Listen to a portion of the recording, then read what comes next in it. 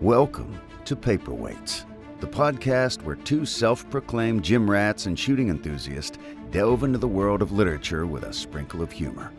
Although their biceps could crush a walnut, don't let that intimidate you. They also have a nerdy side. Mike and Brandon have a voracious appetite for reading, particularly in the fantasy genre, and they want to share their passion with you. So grab your protein shake and your favorite novel and join us for a humorous and insightful journey into the world of books with Paperweights. All right, welcome to another edition of the Paperweights, short stack edition, with the new host, Justin. And Chris, I'm just here as a guest. Yes, Brandon unfortunately couldn't make it for the regular scheduled episode of good old Stormlight, so we're jumping in to talk about some stuff. We've a little short notice, so it's going to be a little fly by the seat of our pants, but we're going to just talk about some of our favorite authors and just kind of, shoot the breeze, see what's up. How are you doing, Chris? I'm pretty good today. How are you, Justin? I can't complain too much, just chilling. Got my cat right here. I'm petting her. Nice. My cat's not here because I do not have a cat. I have dogs. That's your fault. You're not as cool All as right. me. But yeah, we're just gonna talk about some of our favorite authors, maybe some of the books that they did. Just kind of keep it light and easy. So I guess I'll start off. So, Justin, who are some of your favorite authors? All right. So, this one, followers of the podcast will know. Let me see if I have an easy one. It is a C.S. Friedman. I can't get her right I now. knew that was coming up. Yeah, she's probably, if I had to rank her, one of my favorite author. I like all of her books. She is a sci-fi and fantasy author. And she does a lot of short like series, which is really nice. I don't know about you, but reading all these like million book epics is a little rough. Yeah. But yeah, she's a short. What I love about her is she's one of the only authors that I remember specific chapters because they're like written so well. Like a lot of like times you remember specific, plot points and stuff like that. Like, Yeah. the White Spine in book 2 of Stormlight and stuff like that. But her, it's like, oh, it's this chapter when like this thing happened, and it's really cool. But yeah, she's good. I really like her. Do you have any favorite, like, how many books have you read by her? Like, what are some of your favorite books by her? I've read most of her stuff. Hmm. I really like In Conquest Born. It's a standalone novel that had actually been done on the podcast when pretty early on. It's basically about it's sci-fi intergalactic war between two sides, and all of her cultures and all of her books are really diverse and interesting. And it's kind of like a Cold War state, and it's like two rivals from each faction and kind of growing up and like how they interact with it and everything. What's really cool, a lot of her stuff, like the alien cultures feel alien. Yeah. Because a lot of them, you can have the Star Trek effect where it's just like humans and another thing. And they are humans technically, but their cultures are so interesting. I really like that one. There's also Madness Season, which is an insane book.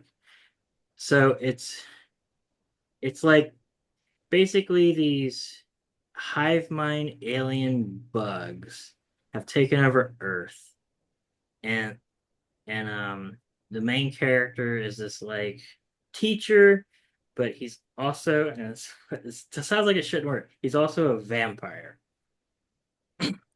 and he gets like taken off world and stuff happens, and it's really interesting with like his memories, and it turns out, nah, I won't spoil it, but like So he's like forgetting a lot of stuff from his past, what's coming up, and like it shouldn't work.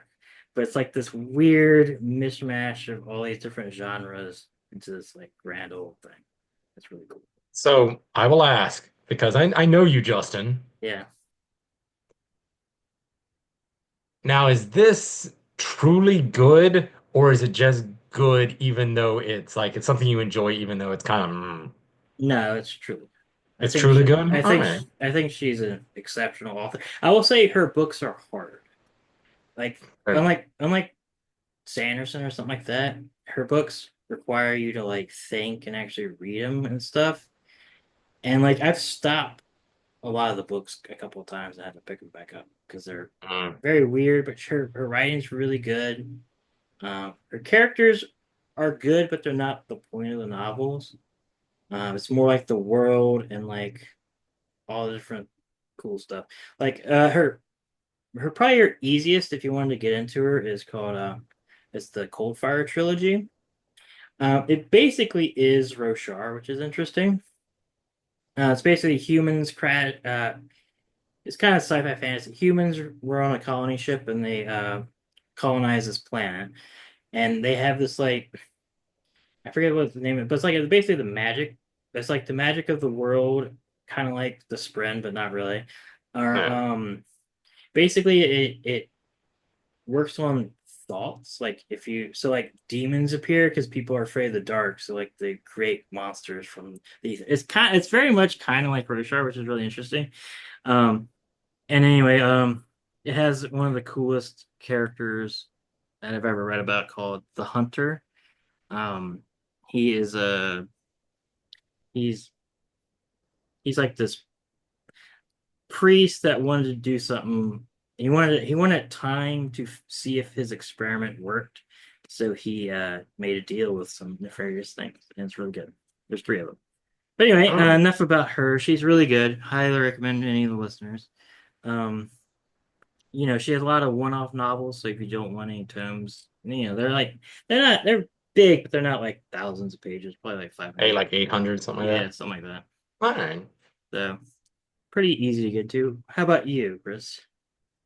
So dirty little secret about me. I am not nearly as much of a reader as Justin, and I've only recently really started reading books.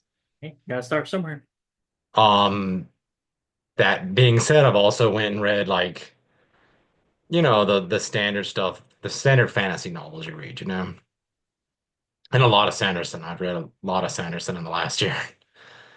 But I will talk about one series that I do like that I think may or may not be coming up on later, and that is the Red Rising series. I really like this series. And it's funny because so from what I understand, it's kind of like Mistborn. I've never finished Miss the all of Mistborn, but it has a first era that's like three novels, and then it has a second era that's I think three novels are out, but it's going to be four novels for the Red Rising series. So I've only read the original three, and I read the first book of the new stuff, and it's different. It goes from being the first one being like one character to them the format where it's following multiple different stories and stuff like that. But like the first book, it's following one character. Yeah, I've read the Which for the first. first I read the first book. It was good. It was very like Hunger Gamesy kind of young adult. so it's funny you say you read the first book. I know that Brandon wants to do the book on the podcast, and I want to do it with him. And I have a fair warning to everyone out there. The first book is the worst out of the three. Not out of the four that I've read. The first book is. It It wasn't was yeah, it wasn't bad. It was just kind of generic. I thought it was kind of bad. Like the first time I read it, I got a little over halfway, and there's this area in it where it starts to just kind of get slow. And so I kind of put it down. My friend who finished had read all three of them were like, you need to pick it back up. So like a few months later, I restarted and I read and I got to that area and I was like, I'm just gonna read it. I'm just gonna read the next few chapters. I stayed up that night. I stayed up till like 4 a.m. finishing the book. Like the the it has it has a real butt on it. You know what I mean? Like the end of it. I mean, you could say it's Sandy Lanches, you could say whatever. And then the second book is one of my favorite books. Like it is just a solid book. It's futuristic fantasy. That's the best way I could say it. Is like Yeah. if you want a book about Space Marine flying down from a planet or doing some kind of crazy big like this is it. Like good politics, good characters. Um I have made I have turned at least 8 of the characters into D&D characters, and I've actually used some of the characters that I created as enemies in my one-off, just because I freaking love some of the characters so much. It's a really fun series. But yeah, Yeah, yeah, I was gonna read more of them and I just got sidetracked. But if it's if I'm on that podcast and we do more than the first one, I'd definitely read them. They weren't yeah, they and weren't you'll they weren't bad. It was just kind of like, all right, I kind of get the first one, but it sounds like it changes after the the first. first one, the scope of everything just gets. It's like comparing oh, I mean, like this is a good example. The first Stormlight book to like even the scope of the second one, much like the scope of the third one. Whereas like the scope of the first one's, like he's just trying to survive, being on a bridge crew, and the scope of the third one's like, hey, we're trying to stop the world from being destroyed. Yeah, sounds good. Like going all over. Like it's kind of except their motors aren't nearly that good. Yeah. But yeah. Um, that's all I got about that one. You got any more? You got another author lined Yeah, up? I can do another author. Do you want a like one you think I would like I like, or do you want a weird one that I like? Ooh. How many more you got? Because if you got, I got like five. give me another normal one. After this, I want a weird one. All right. Um, so it's no surprise if you've listened that I really like Wheel of Time, so I really like Robert Jordan. Um, yeah, he's the Wheel of Time books are pretty influential to me because I've been reading them for like 20 years, and they do have their problems, but his like because it's kind of what Sanderson is running into these past books where not a lot happens in a lot of them, but and it happens in the Wheel of Time. But his like world building and like characters, even though the characters sometimes are really annoying, are like second to none. And that's what's really endearing in the Wheel of Time. It's like all the different world building he does, which is crazy. All the historical stuff. I think he's one of the best for that.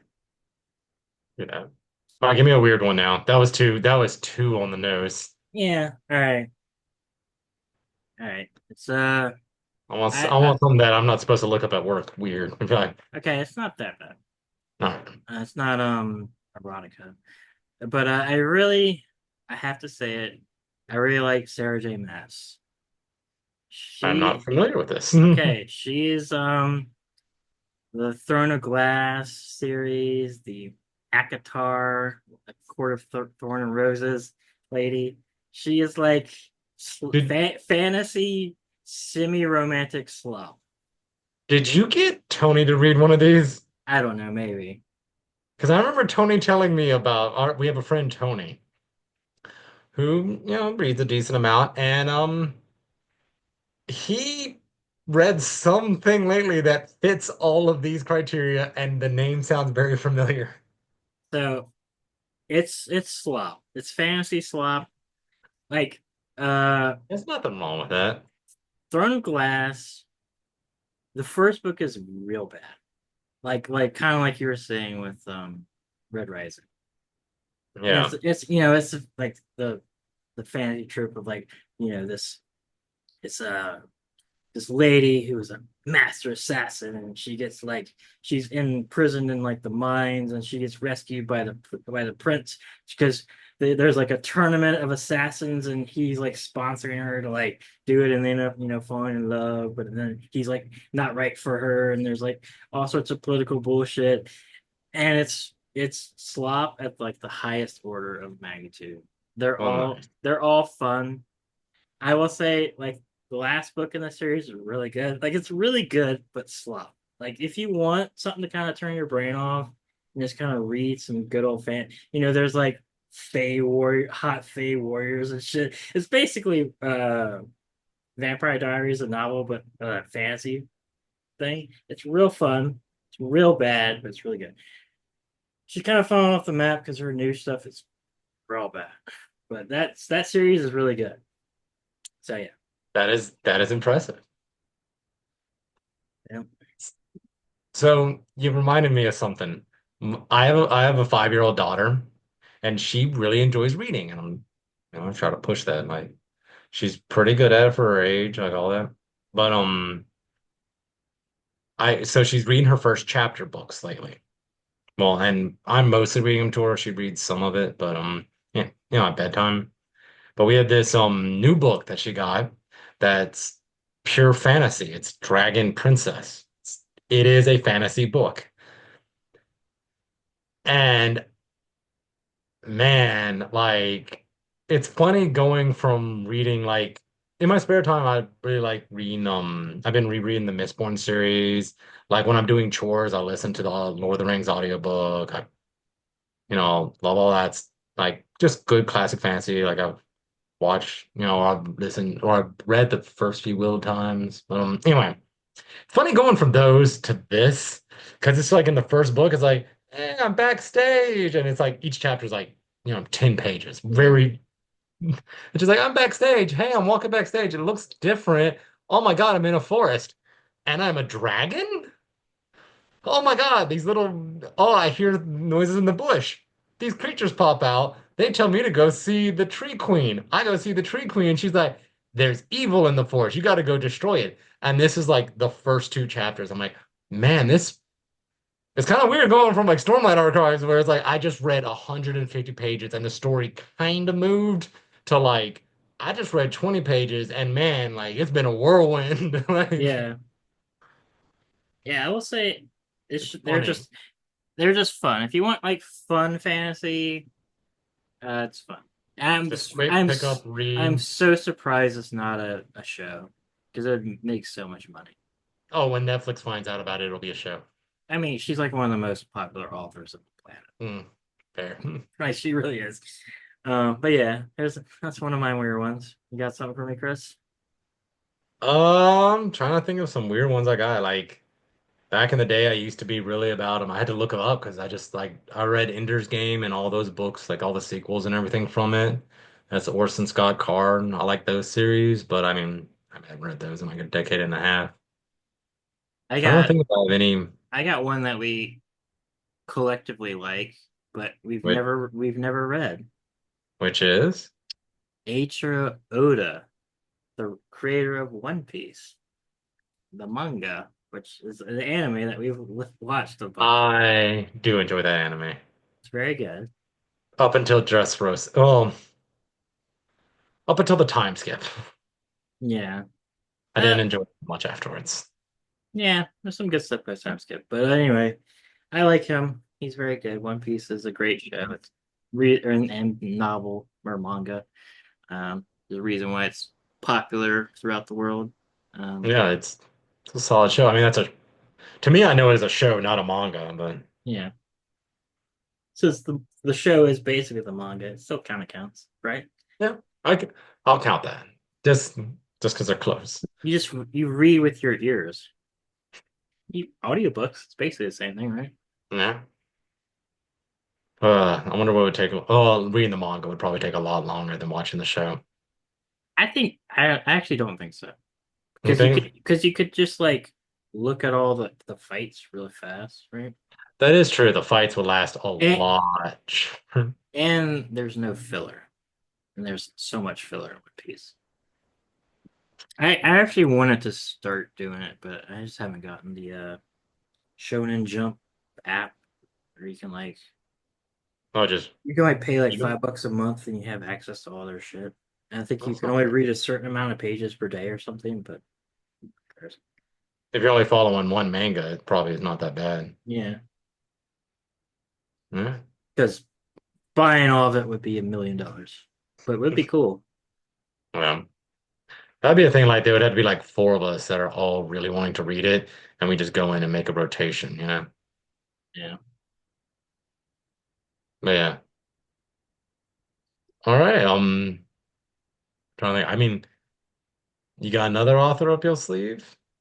Um, yeah, I can do one from my childhood.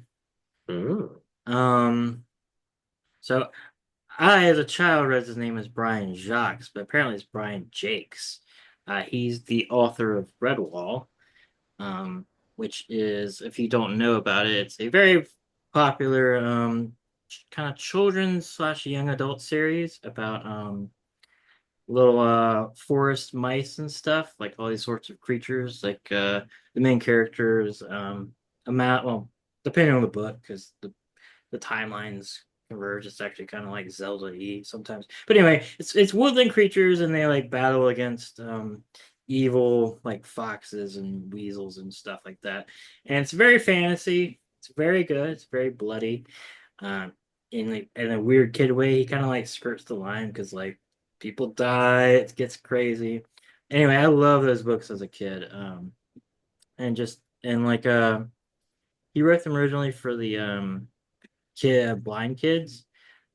So they're very like descriptive, like all the feet. They have a lot of feast and stuff, and it's like all the food is like described really well. Anyway, if you have any like young kids, you're What age group would you say this is good for? I think I started reading like 8 or so. Okay. I mean, you could probably read it to her now. She couldn't read it because they're like actually books, like Yeah. 250 pages or something. But they're all like, like the first the titular red wall is like it's an abbey in this woods, and it's like where usually like the good guys come from, like the mice or the squirrels or whatever. And then they usually go off on adventures and like fight like sea rats and shit.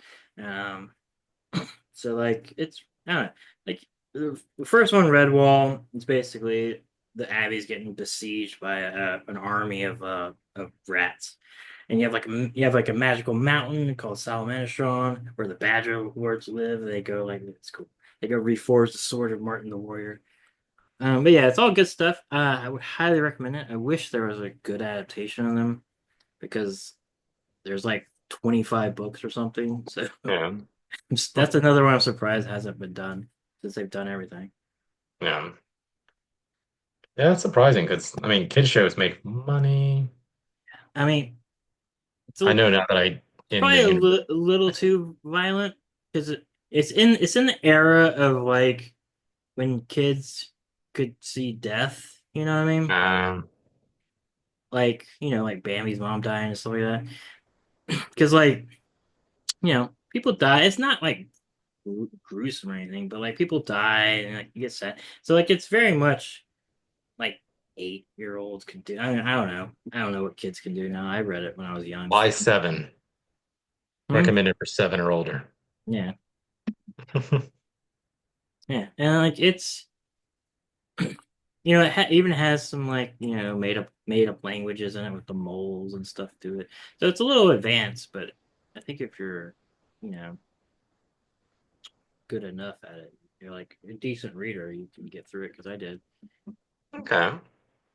I would highly recommend it if any kid likes fantasy as it because they're fantasy novels. They're like through and through. It just has like woodland critters as the main characters. There's no humans or anything like that. It's not like Watership Down. It's more like Robin Hood. I mean, Yeah, the Disney yeah, Robin Hood, it's basically Disney Robin. hmm. Which is the best Robin Hood, Yeah, except for Men in Tights. Men in Tights is the best Robin Hood, but true, true. I mean, you can't beat that. I don't know. I mean, like What happened to my dog? I like what's his face, Kevin Costner. I mean, it's a solid. It's a solid. Yeah, I have a mole. My wife. So my wife loves Men in Tights so much so that the first time we ever watched it together, she sat there and quoted the whole thing. Like as it was going, like she was like saying the line before they said it, which is fine because I love Mel Brooks and I could do that. Probably the producers That's my fave. The original one. Yeah. The new one's fine, but the OG one. Yeah, always go with the Um, OGs. hmm, Yeah, that's a I've heard a lot about Redwall. I never read it as a kid, but I've heard a lot about it. I th I think it was some of the better ones would still hold up even as a like a adult. Hmm. I might look into getting those because I want to get my kid. So I have successfully gotten my kid into gaming. Like that's anytime we go anywhere and like we have to kill time and she wants to just play a game. I've taught her and I've taught her the difference in between luck and skill-based gaming, and she can actually tell me when she plays a game whether it's luck or skill. Like Candyland, she's like, "This is just luck." Bingo, this is just luck. But we play some what is it, Go Fish or something like that. She's like, "This is skill." Checkers. She knows, Yeah, so I would recommend game theory. either moss flower because they don't matter. Like some of them have like little sequels or I'm whatever. actually Amazoning this while you're telling me. So some of them have like sequels, and then once you read them all, you'll get like timeline stuff, kind of like a shared universe or a cosmere or something. But Mossflower is the second one. It's really good. It's kind of like first in the timeline for a while. Um, and if you wanted a one that has a female protagonist for uh your daughter, Mariel Redwall is the first one, so you would probably want that. And the Bellmaker's the sequel. Oh, I looked at the whole series. That's an whole series is like $200. Well, yeah, there's like 30 Yeah, of I them. mean it makes sense. But Yeah, yeah, but yeah, they're that sounds good. like a good. Yeah, so like, yeah, they're very fun. Like, I'll give you a quick anecdote. One of them came out before we were going on a trip to like somewhere when I was a kid, and stayed up all night the day I got it and read it before I finished it before the trip we left on the trip. Mom was like, "What? What did you do?" I was like, "I read it all." I guess I reread it because I read some of those like 10 times as a kid. They're very good. Mossflower is currently actually free on Audible, but it does Yeah, have a paperback that's only $7. yeah, I don't know. I'm gonna write down that I have a bookstore locally that I like to buy my books from. I like to, just yeah. And then see a there's picture of it when I'm looking at Amazon. then you have yeah, Mariel Redwall. If you want it, if you want a female protagonist, it's a little mouse maiden. She escapes her these sea pirate these pirate rats, and she like gets cast overboard because she's like her ship gets boarded, and she washes on the shore and gets taken to Redwall and like stuff. But she fights with this rope. She just beats people with a rope. It's pretty cool. But yeah, it's good stuff. Maybe we can do a maybe I'll do a Redwall retrospective on one of these short stacks. Would you like it's just like, hey, here, send me kid books that are really good that adults can read. Yeah, I'm trying to think. Is there any other one? I mean, I read some like I I remember mean, the Phantom Toll Booth. I remember reading that when I was a kid and loving it. But I don't remember anything about it now. yeah. So, but Apparently, I have 10 minutes remaining because I don't have Pro. So, all oh. right. Guess we have a time limit. Well, the only author I have to talk about is book series I talk about is I said it earlier, it is my go-to. Anytime I'm doing anything, I like to anything like doing the dishes, cleaning, um, outside doing yard work, at the store shopping, stuff like that. I typically am listening to Lord of the Rings. I freaking love it, and it's just it's the first book. The first book is the best. Fellowship. That's like I get it. I get why he started his own genre. I get how much people love it. I don't, it holds up and it's not overhyped. Like if you actually haven't ever read them, go read them. They're the books, I mean the movies are great. The books are much better than the movies. The movies kind of miss the mark on some of the characters. Like they totally, it's like that's not what that character's point was. Like Aragorn. A small example is Aragorn in in the movies is about, like, oh, I don't want to do the sins of my forefathers. In the book, man, that man's just ready. Like when they find him in Bree and he's like, "Yeah, I got this broken sword." Right when they get to the Rivendell and it's like, "Yeah, the ring's here." He's like, "They said when the ring comes back, my sword gets reforged." Boom, my sword's back. I am on my way. I'm going with the party, but as soon as we get to but as soon as we split at, I forgot the name of the place they split, I'm going Boromir to Gondor or to Minas Tirith, and I am claiming my thing. I'm claiming my spot. Like he was gonna claim it in the full first book until Gandalf died. Like he was he was never a conflicted figure. He was like a embodiment of all the kingly goodness. Okay.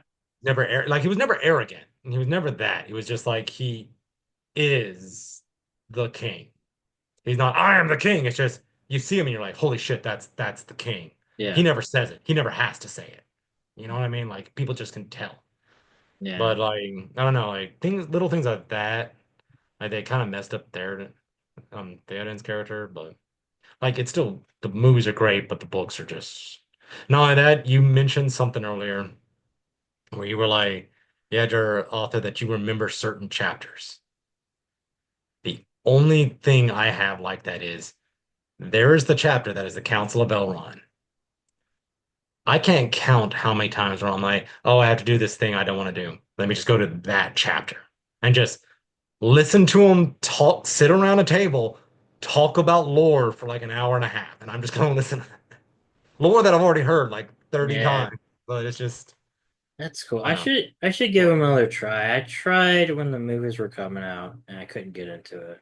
You I should give think it like, like the Shire stuff, I just need to get over. I could probably do it now since I may have read freaking War and Peace. I could probably do it. I hated the Shire stuff way back in the day. Now, I mean, it's so idyllic. It's so peaceful. It It's was so mainly pretty. I really did, you'll know how far I got because it was mainly like blah blah blah son of blah blah blah Oh was yeah, blah blah the blah names blah are blah. intense. But it was like And it was like 10 pages of that, and I was like, all right, I can go read something else. the names are intense. Tom Bombadil, you either love it or hate it. And Treebeard can be a bit much. I can see that. Like he likes to sing Mm. a lot, but I still like it. Yeah, I mean, obviously it's good. It's beloved. So, Yeah. usually those are still, good. Yeah. I It just holds. I just need to try to get around to it one day. Do you have anything you want to read that you haven't read? Like maybe you're gonna start when you get some free time? So, uh, yeah, actually, I have it. Yeah, I am gonna read. So I liked War and Peace so much, I'm gonna read Anna Karenina. Ah. Yeah, at some point. Taking my time, taking a little break from good old Tolstoy. Um, Other than that, like I recently in the past couple of years, I read the Dune stuff, and I always kind of wanted to read that. But like, I do kind of want to get back to Dune. I'm almost done with the first book. it's good. Stormlight kind of took over. Yeah, yeah. Other than that, not any fantasy stuff. I have a couple Well, like any book. It doesn't have yeah. to be fantasy. Um, I was thinking about reading Dracula. I've never read Going Dracula. some classics. Yeah, And they're classics for a reason, like you just said. exactly. So I might try to read, I don't know, one of those a year or something, like a Dracula or Anna Karenina, something like that. Yeah, I mean, How about you? um, so I love Mistborn. I am drinking that Kool-Aid hard, and I've actually this year I have read all of the first era of Mistborn, and then went back and I'm reading slash listening to it all over again, and I'm almost done with it again.